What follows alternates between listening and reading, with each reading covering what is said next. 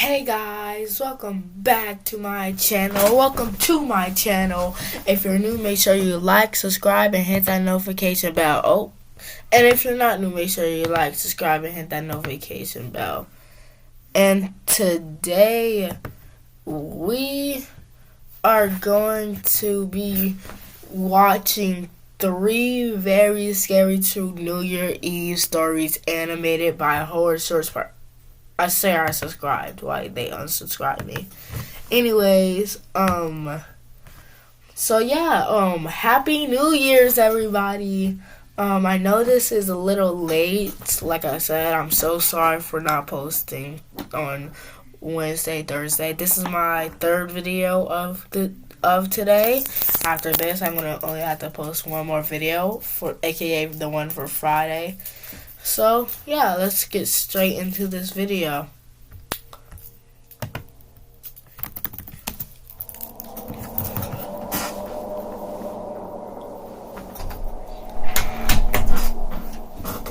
Do I need it off or on? I think I'm going to turn it off, guys.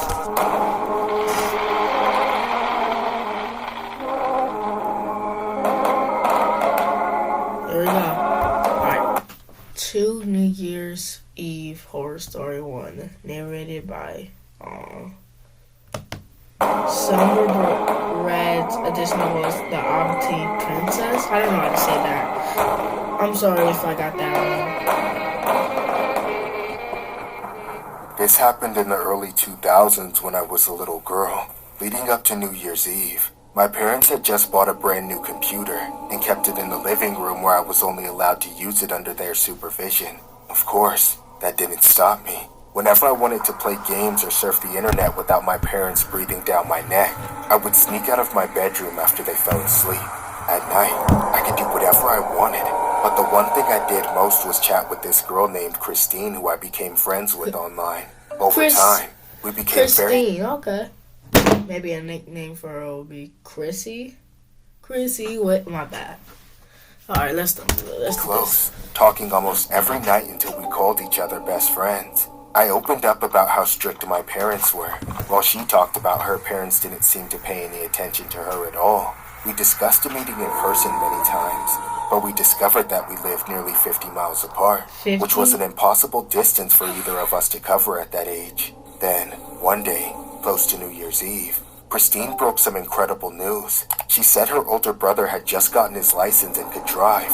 This was a big deal because I could finally meet Christine face to face and hang out with her versus chatting online. We eventually hatched a plan. I had always complained that my parents never let me stay up until midnight on New Year's Eve. So Christine said her brother would pick me up at my house right after my parents went to sleep. He would then drive me over to Christine's, where we would watch the fireworks show in her neighborhood. I don't trust this. Never getting into a stranger's car. I know that's our best friend's brother, but it could be a setup. I don't trust this. I'm black for a reason. Drive me back to my house before my parents woke up in the morning.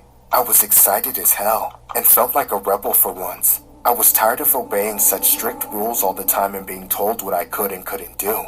It felt good trying something new for once. On the night of New Year's Eve, I waited up in bed until 10 p.m.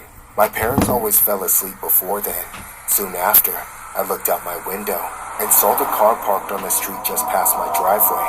That was him, Christine's brother, there to pick me up. I snuck out of the house, then went up to the car and tapped on the window. It opened just a crack, and in the darkness, I could barely see his face. He said he was there to pick me up, just like we had planned, so I got in the back seat. Once inside, I started to feel a bit nervous. I still couldn't quite see what he looked like, so I tried to make conversation, hoping it would make things less uncomfortable. So, where's Christine? I don't know. What do you mean? Is she waiting at the house for me? I made her up. What? Christine is a lie. I made her up. What? No. Why? To get to you. Let me... Sticking to a high-protein routine was hard. I hate ads. I told her not to get every meal in. felt the same. I know they can't hear me, but Each meal is still. crafted by chefs and approved by It's just dietitians. dumb to So get hitting your into a protein goals is the stranger's easiest car. part of your day. Start your routine glow up now, because with Factor, you'll notice results. Let me out! Let me out! time I realized I had walked into a trap, I was already racing away from home at 60 miles per hour. There was no way out, no way for me to get the better of him. I couldn't break through the window or find any sort of weapon. I couldn't even try to choke him without pulling my arms away from his neck like they were made of ribbons. To make matters worse, it was the middle of the night, and all anyone was focused on were parties and fireworks. When he pulled into the driveway of his house, there wasn't a single person on the street I could call for help. As the garage door closed behind us, I felt like I was being buried alive.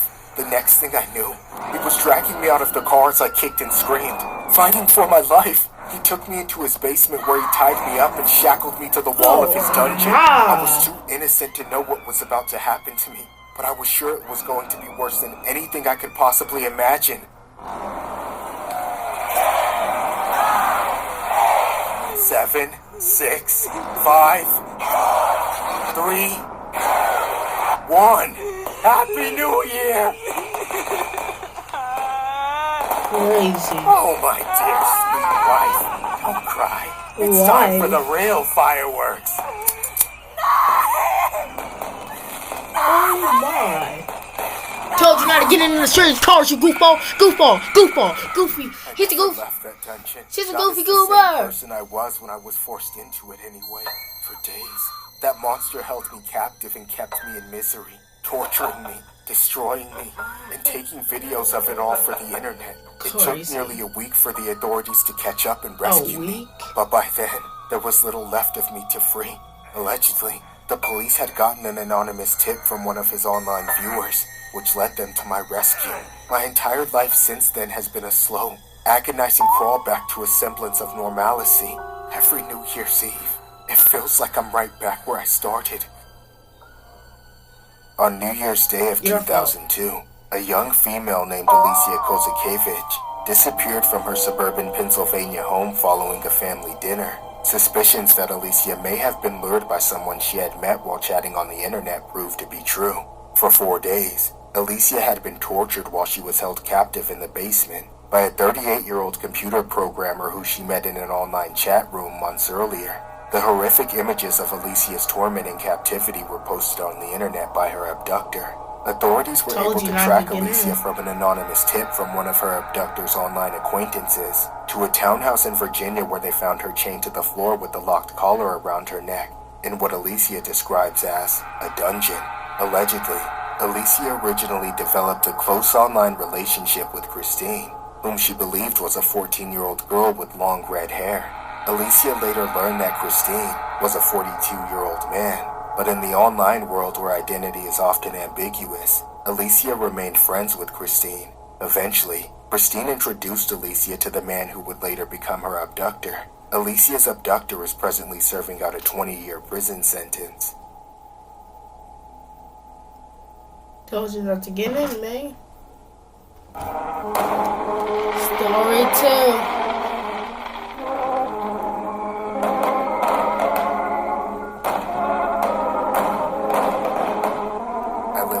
Mother, brother, and 3 sisters.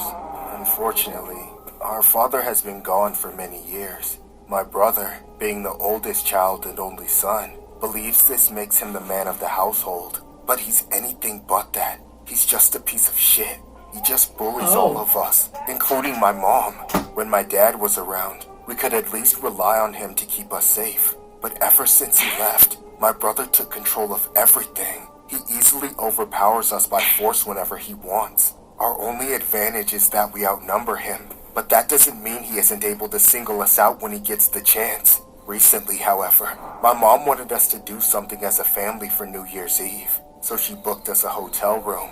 I don't know where she got the idea from, but I suspect my brother had something to do with it. Or maybe she thought it would help us form a better relationship with him. But as cramped as our house was, the hotel room we found ourselves in that night brought us into a world of absolute hell. The problem started almost right away when we tried to discuss the sleeping arrangements. My brother wanted the big bed in the larger private room meant for parents all to himself, leaving the 4 of us girls and our mother to fight for space on the 2 tiny beds in the main room. When we said that wasn't fair, he grabbed our youngest sister and said she would share the bed with him to make space for the rest of us. This caused everything to explode into madness. Disgusting. We knew he was going to do something horrible to her, and he was clearly willing to trade her for me or either of my other sisters. Our mom, desperate to defuse things, offered to take her place, but he said he would rather die than sleep next to someone as old, fat, and ugly as her. For hours, we fought and fought until it was almost midnight. Suddenly, our mom told us all to stop so we could at least appreciate the whole point of why we came to the hotel in the first place. To watch the countdown to New Year's and the fireworks that followed. We all knew the argument would resume as soon as the show was finished, but everyone seemed tired enough to take a break, even if it was only for a few minutes. So, we all gathered on the small balcony just outside our room. It was freezing, but nobody wanted to huddle together for fear of our brother touching us. Now we gotta go help people customize and save hundreds at Liberty Mutual. I hate ads. Also, that guy's Where's the golf cart? disgusting. There it is. Only pay for what you need. Liberty, liberty, liberty, liberty.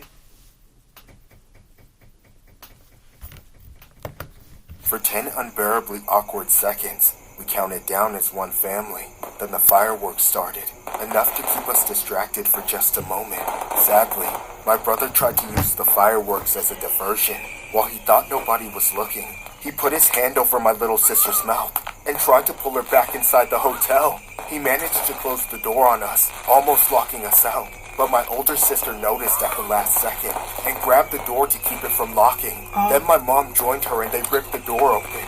Before I knew it, the two of them and my older sister rushed inside, leaving the door wide open for me to follow. But I didn't. The fireworks were still going on for a little while. I figured there wasn't any point in trying to change anything anymore. So I decided to enjoy one nice thing in my life while I could.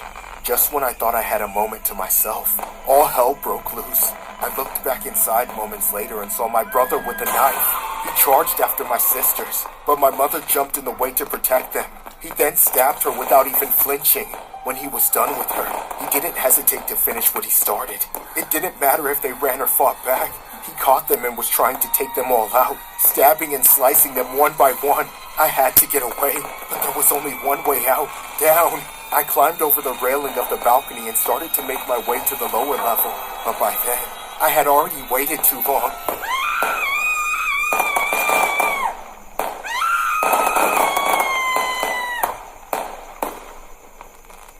Let's go over this one last time, Mr. Arshad. These bond... Oh my... What? He's insane. No. You just killed your entire family. What? They are your family, correct? My mother and beautiful sisters. Yes. And you did these things to them, right? I poked them and cut them until they were dead. So, you killed them. Are you telling me? I did. At the stroke of the new year. Okay. And then from midnight until housekeeping found you at 7 in the morning, what were you doing? Do you really want to know? No. Yes. Do you really want to No. know? Yes! Do you really want to know? Just tell me! Tell me!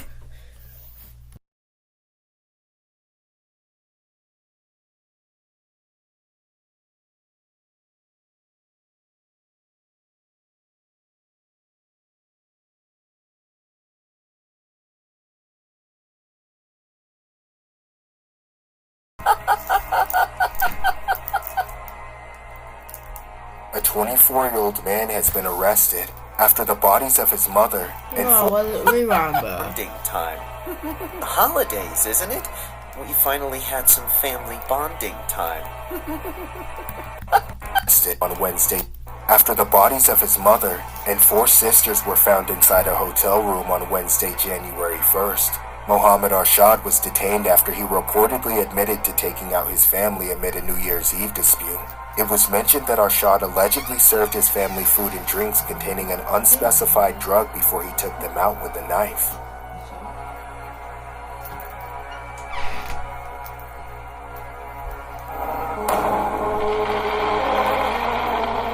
Here we go. Last one. Bro, these two ones are crazy, bro. 1 year ago, I was celebrating the final day of 2024. It would soon be 2025. My girlfriend and I wanted to celebrate New Year's Eve in New Orleans. We'd been there for Mardi Gras a few times, so we knew what to expect. The streets were packed. Parties spilled out of every building in sight. For the countdown to New Year, we made our way to the center of it all, Bourbon Street. We were as drunk as anyone there. The crowd was electric, almost overwhelming, but it felt so worth it just to be a part of something so amazing. As we counted down the last fleeting seconds of 2024, the energy amplified beyond belief. There was cheering and chanting, phones and cameras everywhere trying to capture the final moments of what had been one hell of a year. Finally, the clock struck midnight, and 2025 was here. Fireworks erupted from all directions and exploded overhead. As I leaned over to give my girlfriend a kiss, our moment was cut short by a sudden shift in the air. The cheers turned to shouting, then screaming. The year was less than a minute old, yet something was already wrong. If the crowd hadn't been so dense, we might have seen it sooner. Over my girlfriend's shoulder, I saw the first of many sights from that night which still haunt me. The crowd of people on the sidewalk behind her were panicking as a pickup truck plowed through them. Acting on pure instinct, I grabbed my girlfriend and jumped out of the way. We fell through the air as the truck flew past us. I held onto her as tight as I could, but just before I hit the ground, I felt her slip out of my hands. After landing on the ground, I immediately looked back at her, but she wasn't there. Her body was tumbling across the pavement, and that's when I realized the truck had hit her. It continued down the street, running over person after person in a mindless rampage. Then it stopped and began to turn around. It wasn't safe to go back on the street, but I couldn't leave her there. I had to get her out of the way before the truck came back to hit her again. I scrambled to my feet and ran to her, but the closer I got, the more I could see the extent of what had been done. Her clothes and skin were shredded. Her arms and legs slumped like a ragdoll. Her face was She's dead. Right at me. Her neck was broken. I'll never forget the expression stuck on her face. That dull, confused shock. Like she didn't even have a second to realize what was going on or even feel pain. As I... Bro, you can't give me an ad after I just saw that! What, bro?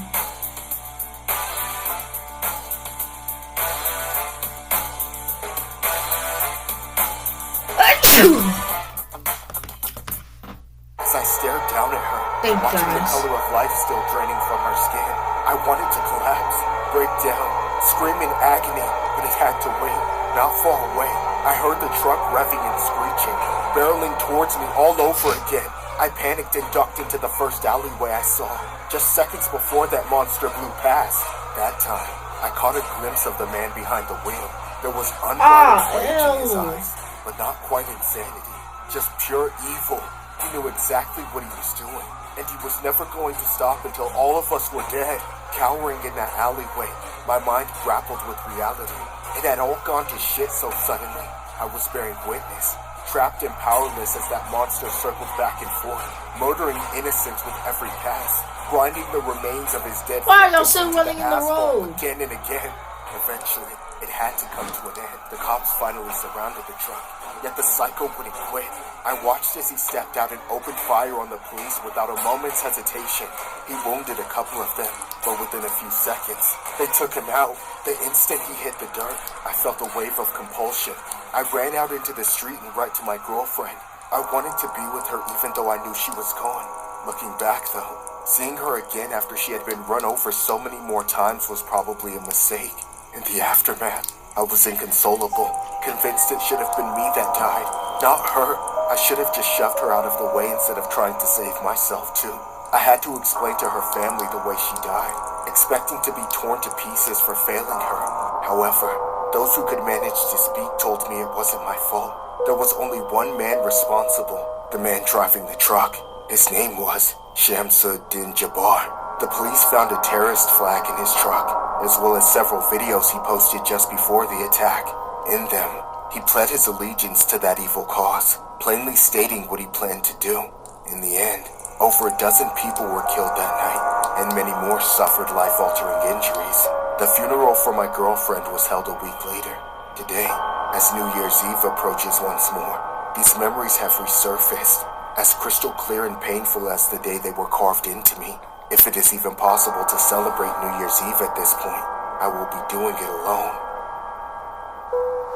On January 1st of 2025, at around 3:15 a.m., Shamsuddin Jabbar, a 42-year-old American man, drove a pickup truck into a crowd on Bourbon Street in New Orleans, Louisiana, then exited the truck and engaged in a shootout with police before being fatally taken out. 14 victims were killed, plus the perpetrator, and at least 57 others were injured, including 2 police officers. The attack occurred during New Year's celebrations in the city, which was scheduled to host the 2025 Sugar Bowl later that day.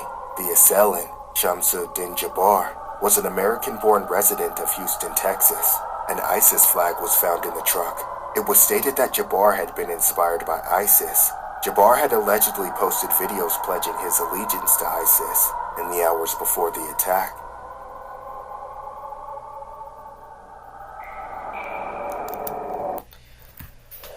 Okay, those stories were absolutely sick, bro.